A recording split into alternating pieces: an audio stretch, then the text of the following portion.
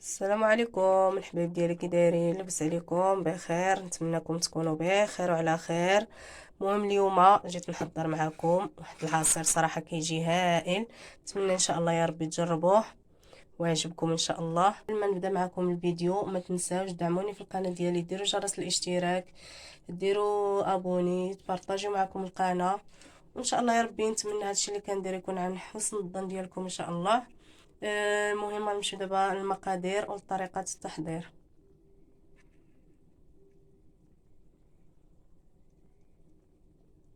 المهم هنا عندي جوج تفاحات كبار، غسلتهم ونقيتهم.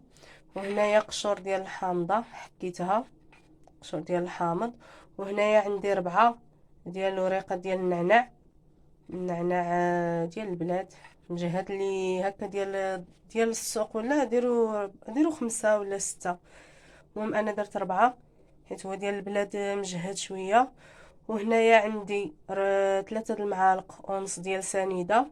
وهنايا عندي حامضه، نتوما كما كتشوفوا معايا قشرتها وحيدت لها داك البابه، داك البيضه باش ما كتجي شي مره. وهنايا اطرو ديال الماء، نتوما كما كتشوفوا معايا. والغرض ديالي دابا غادي نوريكم الطريقه. صراحه هذا العصير كيجي زوين وخفيف، ونتمنى تجربوه ويعجبكم ان شاء الله. غادي نبدا بالحامض، كما كتشوفوا معايا نقطعها. نبدا بالحامض، نقطعها ربما يكون فيها شي عظم ولا شي حاجه، نحيدوه.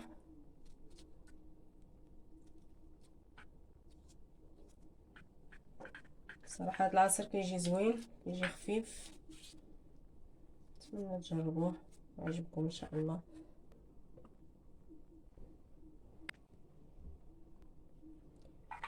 وغنزيد مع هاد القشور ديال الحامض، غنزيد هذا.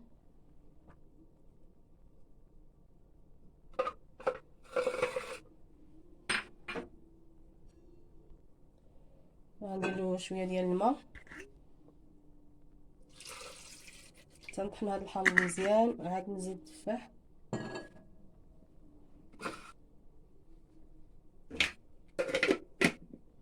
غادي نوقف من الصداع.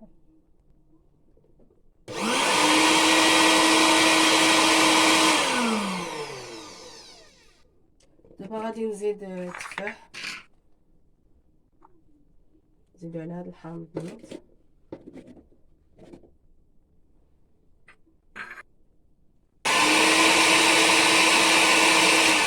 غادي نوقف شويه من الصداع باش ما تسمعوش شي صداع.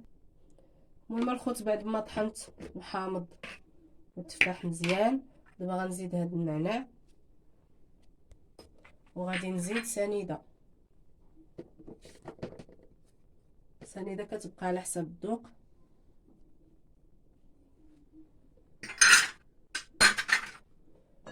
غادي نطحنهم شويه مزيان، عاد غنزيد الماء. هانتوما كما كتشوفوا معايا انا زدت السكر وزدت النعناع. دابا نعاود نطحنهم مزيان. المهم كما كتشوفوا زدت السنيده وزدت النعناع وطحنتهم شويه. دابا غنزيد الماء على حساب كيف بغيتو، واش يبقى خاتر ولا يبقى خفيف شويه. المهم انا غنطحن هكا ونشوف. نتوما كما كتشوفوا ما دارتش القرعه كامله.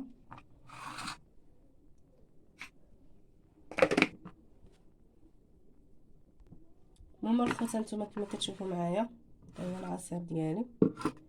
المهم هذا هو العصير، وكما كتشوفوا ما درتش القرعه يعني طرو ديال الماء كامل، انا درت غير النص.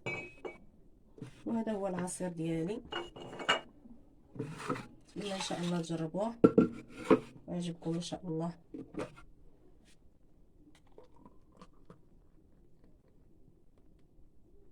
صراحه كيجي زوين.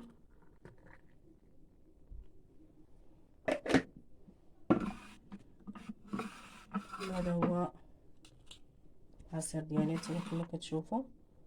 نتمنى ان شاء الله تجربوه ويعجبكم ان شاء الله. يلا نتلاقاو في الفيديو جديد ان شاء الله. بسلام عليكم.